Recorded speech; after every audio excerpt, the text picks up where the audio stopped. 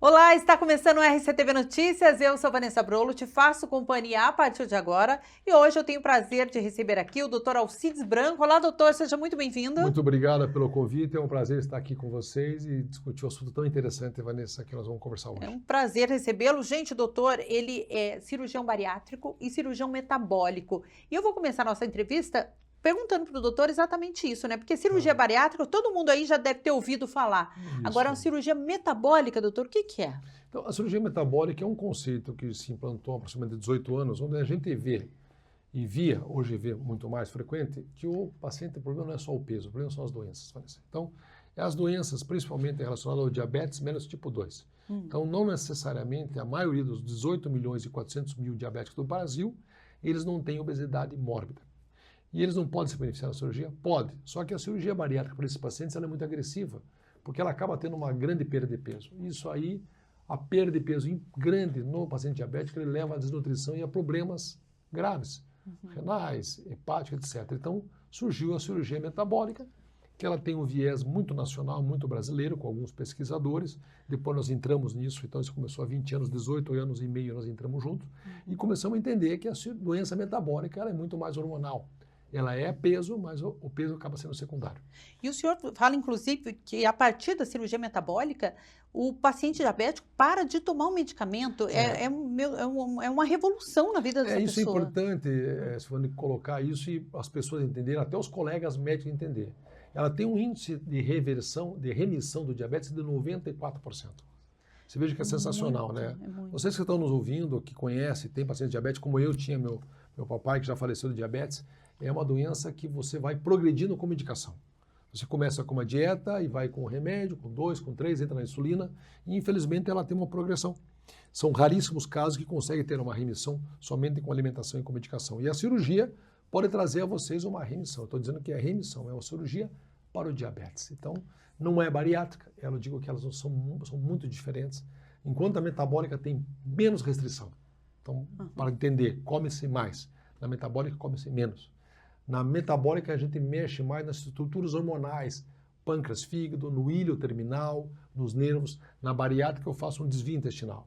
Então, são focos diferentes, Vanessa, que trazem junto uma perda de peso menor, mas com grande trabalho na doença metabólica. Qual que é o paciente elegível para essa cirurgia? Como que o senhor define que então, ele pode fazer? Vamos ver, desses milhões de pacientes que nós temos no Brasil, nós temos que entender que existem vários tipos de diabetes. Os elegíveis são os que têm diabetes menos tipo 2. Então, infelizmente, o tipo 1 lá dá outros autoimunos, não podemos indicar cirurgia. Esses tipos 2, nós fazemos uma avaliação e dentro disso nós temos que, a base da cirurgia é estimular o pâncreas a funcionar. Então, esses tipo 2, nós realizamos exames de sangue e entendemos através de curvas, de estímulos, que a pessoa fica lá 3, 4, 6 horas no laboratório, se ele tem uma reserva pancreática, ou seja, eu vou estimular o pâncreas a funcionar. Basicamente, o procedimento é estimular o pâncreas a funcionar. Estimulando o pâncreas a funcionar, ele consegue manter o nível de insulina alta e com isso cai a glicemia. Basicamente, é entender que o exame de sangue tem a reserva pancreática para que ele possa beneficiar do procedimento. E como que é a recuperação de uma cirurgia como essa, doutor? É complicado? Então, hoje, nós somos pioneiros, inclusive, na parte robótica disso. Somos os primeiros casos do mundo de cirurgia para o diabetes robóticas. E essa cirurgia teve um sucesso tremendo. E ela também pode ser feita por laparoscopia. A laparoscopia a gente já faz há 18 anos. Então, são pequenos furinhos, ditos cirurgias minimamente invasivas, onde o paciente fica geralmente 1, no máximo 2 dias no hospital. É fantástico. Com uma semana ele está dirigindo. Uma semana, 10 dias, ele volta às atividades normais. Então, cirurgias menos agressivas, menos invasiva, com menos dor e com recuperação mais rápida. Eu imagino as histórias de vida dessas pessoas que depois relatam para o senhor a mudança de vida. É fantástico, nós tivemos a oportunidade de estar com vários desses pacientes depois jantando, almoçando, confraternizando. Eles têm uma alimentação quase que normal, porque como a restrição é menor, eles mantêm um tubo gástrico, então não é tão pequena como o bypass, como a bariátrica, então eles têm uma qualidade de vida muito boa. Mas esses relatos realmente impressionam e emocionam alguém que vinha há anos, né, tendo problema de vista, ocular, com retinopatia, e fez a cirurgia, está chegando melhor. Outros que estavam caminhando para uma lesão renal e iam para o transplante renal ou para uma diálise e saíram. Pacientes que tiveram eventos cardíacos como coronariopatia, chegaram a infartar ou tiveram isquemia e melhorar e estabilizaram. Pacientes que têm isquemia do membro inferior, para você ter uma ideia, a maior causa do Brasil hoje de amputação de membro inferior não traumática é diabetes. Olha. Então, a hora que você tem o controle disso e não tem mais o diabetes, essa lesão vascular, ela estabiliza, não diria regredir, mas ela estabiliza e não evolui. Então, para você ter uma ideia, 80% da disfunção erétil nos homens, nesses pacientes. Então, quando você consegue, com a cirurgia desse porte, resolver, realmente é muito emocionante. A bariátrica também né? Muda muitas vidas, né? Sim. Mas quando você tem alguém que está evoluindo na doença e essa doença é progressiva, eu sempre digo, né, que é uma doença a longo prazo, ela não dá sintomas. Então é como se fosse uma ferrugem que vai entupindo a artéria. Então você tem que tirar essa ferrugem, você tem que parar com essa ferrugem. A cirurgia tem esse papel. Que maravilha. Doutor, e o senhor tem novidades em relação a essa cirurgia? Ela foi regulamentada recentemente, Então, né? agora tivemos depois de 18 anos, né, as coisas têm que dar tempo ao tempo para que haja uma maturidade, para que as instituições se conscientizem, para que ambos os lados entendam a parte clínica, os laboratórios, as empresas, entendendo o benefício desse procedimento. Então, agora em maio, a resolução 2624 determinou que a cirurgia metabólica é reconhecida para não obesos. Então, para entender, a cirurgia bariátrica ela era regulamentada para IMC, que é o peso pela altura ao quadrado acima de 35, com doenças, altura acima de 40. Nós observávamos no consultório a gravidade do doente não obeso diabético, muito mais grave, às vezes, do que um paciente obeso. Nisso foi feito um trabalho todo junto das sociedades e agora o CFM reconheceu que esses pacientes com IMC abaixo de 35, então eles não são mais ditos obesos mórbidos, eles são doentes metabólicos. Então eles podem e devem ser operados. O benefício desses pacientes é muito grande e isso foi já assinado, já existe essa medida do Conselho Nacional de Medicina. A gente espera que em breve isso atinja a sua saúde suplementar com os convênios, com o Sistema Único de Saúde e que a gente possa levar isso a toda a população. Doutor, eu queria aproveitar a sua presença aqui e falar um pouquinho também sobre a questão da obesidade, que é uma epidemia, pode ser chamada assim, mundial. Muito epidemia. Né? O que está acontecendo? Tem tratamentos que podem ser feitos antes, que não sejam a cirurgia? Eu assim, fico muito feliz quando vem as medicações, porque é mais uma opção para esses pacientes. Né? Então, nós temos, baseado na cirurgia metabólica, que isso é a cirurgia ileal ou a cirurgia de diabetes, existem hormônios que os medicamentos podem atuar e fazer um trabalho em cima dos hormônios para que os pacientes possam reduzir a fome e perder peso. Nós temos desde a dieta até a cirurgia. Tá. Então, a obesidade é uma doença crônica. Se o seu pai ou sua mãe tem obesidade, a tua chance é 50%. Se o teu pai e sua mãe são obesos, a tua chance é 80%. Então, muitos já saem negativo em relação a isso, porque é uma dificuldade muito grande. É aquele paciente que vai e fala, doutor, eu não como muito. Né? Ou eu como obelisco mais e estou com esse peso grande. Então, nós temos aí sapatos para vários níveis de pés. Nós temos aqui a dieta, nós temos aqui a academia, nós temos a atividade física, nós temos a reeducação alimentar, nós iniciamos com a medicação, nós iniciamos com 2 medicações, nós entramos com as canetas, vou falar em canetas, temos populares, as canetinhas, que tinha o GLP-1, que eu vou falar o Zempic, tinha o GLP-1 GIP, que agora é o Mounjaro, e está vindo um outro novo agora, e depois nós temos as cirurgias. O importante dentro disso aí é para que vocês que estão nos escutando procurem profissionais que entendam disso. Entendi. Nós temos que estar envolvidos, nós como cirurgiões temos que entender e estudar. Nós como cirurgiões temos que entender a parte clínica e o clínico tem que entender a parte cirúrgica. Não dá para deixar um paciente que está evoluindo com uma doença da obesidade, com uma lesão articular, com apneia do sono, uma criança, adolescente, que nessa nossa aprovação do CFM liberou para criança abaixo de 18 anos, sofrendo bullying e não sair da obesidade. Entendeu? Então, a complexidade disso existe tratamento. Existe médico, existem profissionais envolvidos nisso aí para que possam indicar melhor tratamento. E é uma epidemia, como você fala, né?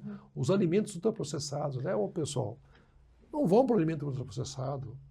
Tem que ter uma alimentação mais saudável. Ele é mais saudável, mas cuidado com os refrigerantes, cuidados com os açúcares, cuidados com os empacotados, cuidados com os alimentos que realmente não têm fibras, não têm alimentos que não são frescos, não são cozidos, não são grelhados. Então, esses alimentos ultraprocessados realmente eles fazem um mal desde a criança até o idoso. Então, começa pela boca. Então, isso é importante. Em relação à alimentação, doutor, hoje em dia tem muito o senhor já ouviu falar muito disso, né? As pessoas preferem abrir um pacote do que descascar uma fruta ou um legume. Isso. E o que seria o caminho mais fácil pode agravar uma situação de obesidade ou até causar obesidade mesmo na pessoa. Eu estava num evento agora semana passada e falei que a gente fala, e para você escutando, falou, nossa, doutor Cid está falando, mas é fácil. Não é fácil. Primeiro, não é fácil. Não é muitas vezes barato. E dá trabalho. Entendeu? Uhum. Porque eu tenho que fazer o meu alimento, minha comida, eu tenho que ir no mercado. No mercado é até mais barato, porque quando você compra pronto, no mercado você tem que fazer. Sim. Então, existem maneiras inteligentes de você poder preparar. Você pode preparar o seu alimento no domingo para a semana toda, existem maneiras, mas dá trabalho. Então, comer bem não é fácil, mas é mais saudável. Sim. E a comida é a longo prazo, é a médio prazo, né? Então, é mais tranquilo você ir numa farmácia, no mercado, comprar um salgadinho e abrir e matar a tua fome. Não vá por esse caminho. Ainda mais se você tem tendência ao diabetes, à obesidade e às doenças vasculares. Então, tente ter uma qualidade alimentar, né? Tira a gordura, tira o açúcar, tira a fritura, né? Uhum. Faça mais o cozido, faça mais o grelhado. Sempre coloque na tua alimentação diária as verduras, as frutas. Isso vai lhe trazer muito mais qualidade de vida.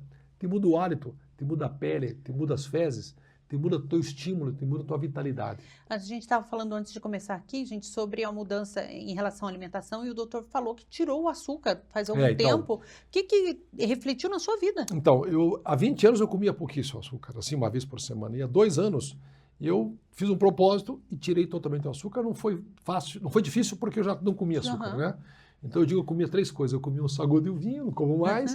Comia uma pipoca junto com a minha esposa no cinema. E minha mãe fazia um doce de banana lá, um mingau da vovó, né? Tá. Hoje já nem me dá mais água na boca, eu também parei. Mas assim, para mim foi tranquilo, mas assim, melhorou muito. Sabe, a pele, as fezes, a minha vitalidade, né? Então, claro, isso associado a outras coisas. Eu faço atividade física diariamente, então, mas o açúcar ele não é benéfico para ninguém. Isso já está provado cientificamente, tem vários artigos científicos. Isso aí você pode procurar nas redes sociais, pode procurar no ChatGPT sobre açúcar. Não tem alguém que possa falar a favor. Eu entendo, eu falei isso para uma doceira amiga minha, né? Ah, mas você tirou o açúcar, então você não é tão feliz. Eu falei, eu sou mais feliz ainda, né? O açúcar nem sempre traz felicidade, no meu caso não trazia felicidade. Então, tirar o açúcar é um dos propósitos, né? E outra coisa que me impressionou foi assim, dentro do consultório, tem gente que para de beber, não tem? Tem. Tem gente que para de usar droga, não tem? Tem gente que para de fumar, não tem? Sim. Se essas pessoas que são guerreiras brilhantes podem fazer, por que nós, né, simples mortais, não podemos parar com o açúcar? Então, eu acho que é uma maneira, já vi vários pacientes, doutor, então eu parei 2 dias, parei final de semana eu como açúcar. Já tá bom. O açúcar 2 vezes por semana, tá bom. Caminha para isso e um dia tire o açúcar da tua alimentação, que é uma situação que não vai te fazer bem, né? Então, a médio e a longo prazo, ainda mais se você tem tendência à obesidade e outras doenças. Então, eu acho que esse propósito nós temos que ter na nossa vida. Nós temos um tempo tão curto aqui, né? Nós recebemos um corpo e Deus falou assim, cuide desse corpo. Eu acho que a nossa obrigação é cuidar disso aí e trabalhar com as tentações. É difícil, eu sei que pode ser difícil para algumas pessoas, mas não é impossível. Vamos falar da questão dos medicamentos, doutor. O senhor falou das tais canetinhas e eu sei que o senhor, como médico, acha maravilhoso esse medicamento porque ajuda realmente nos tratamentos, mas o senhor acha que ele está sendo usado de forma sem necessidade para algumas pessoas? Então, agora foi regularizado também que só possa ser vendido com receita. Isso eu achei que foi mais uma acertada importante, né, das organizações, dos conselhos, né, porque assim, tudo que sai novo para a obesidade existe a parte ética, então nós estamos numa base sedimentada dos profissionais médicos, dos endocrinologistas, cardiologistas, dos clínicos, dos cirurgiões, que estudam e trabalham. Existe o pessoal que trabalha para isso aí de uma maneira financeira, uma maneira, né, econômica, de faturar, de crescer, não digo nada contra isso, mas assim, e acaba tendo um uso meio desordenado. Eu faço atividade física de manhã, mais tarde, quando eu estou saindo, tem pessoas que fazem academia comigo que estão magras e usavam a canetinha número 1, entendeu? Posso falar o nome ou não? Pode o Zempic, usava o Zempic. Então, quer dizer assim, então eu acho que, voltando, cada pé tem um sapato, entendeu? Quanto mais conhecimento você tem, mais seleção você faz do paciente. Entendi. Então, eu não receito, mas eu encaminho para quem receita. E eu acho que tem pacientes que têm que tomar medicação. Sim. Como eu vi no consultório hoje de manhã, uma paciente que precisava tomar medicação.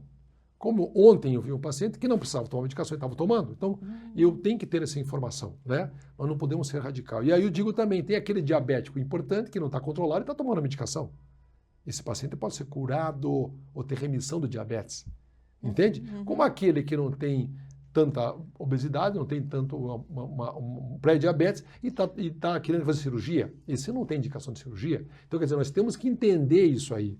Porque isso aí não é só bom paciente, como tira a revolta do paciente. Eu vou dizer para você, eu já operei pacientes diabéticos graves, onde estavam dando remédio, mas eu falei, doutor, por que eu não operei antes? Olha só. Sim. Eu falei, eu acho que falta informação do teu médico. Mas como falta informação? Eu acho que foi. Eu quero de coração que ninguém ia ficar com o paciente dando medicamento, sabendo que a cirurgia podia resolver. Doutor, eu estava com essa medicação faz muitos anos e eu operei e não tomo mais remédio.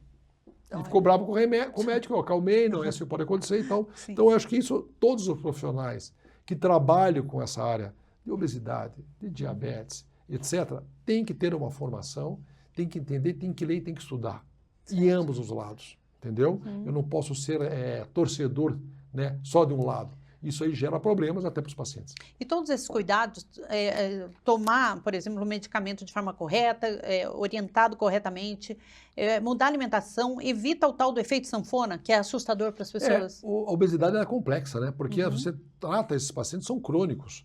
Então, a mudança do comportamental, alimentar, a mudança que você tem que ter na tua vida é para o dia a dia. É isso que nós estávamos comentando agora sobre açúcar e os alimentos ultraprocessados. Então, você tem que estar ciente que essa mudança tem que ser contínua. Eu vejo com muitos bons olhos médicos, amigos, conhecidos, estão usando as medicações, entendeu? Ou que fizeram a cirurgia metabólica, ou que fizeram a cirurgia bariátrica, e estão nadando, correndo, fazendo academia, estando com personal. Esses pacientes que usam a medicação, eles conseguem tirar a medicação e manter isso aí a médio e longo prazo, e alguns infinitamente. Então, a mudança comportamental é importante. Por isso que os medicamentos vendem muito. Sabia que mudou o PIB da Dinamarca, o Ozempic? É mesmo. 6 bilhões, porque vendeu muito.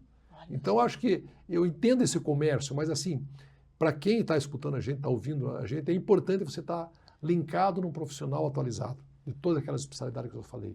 Isso é o melhor caminho, né? Porque isso gera um comércio, às vezes a facilidade é maior, isso gera monetiza demais isso aí, e às vezes você está gastando o que não precisa.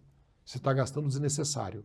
Então vá num bom profissional para que ele possa orientar. Tem dezenas, Curitiba tem uma medicina excelente, você pode, vários profissionais dessa área, que podem te orientar. A ação ética tem um histórico, né?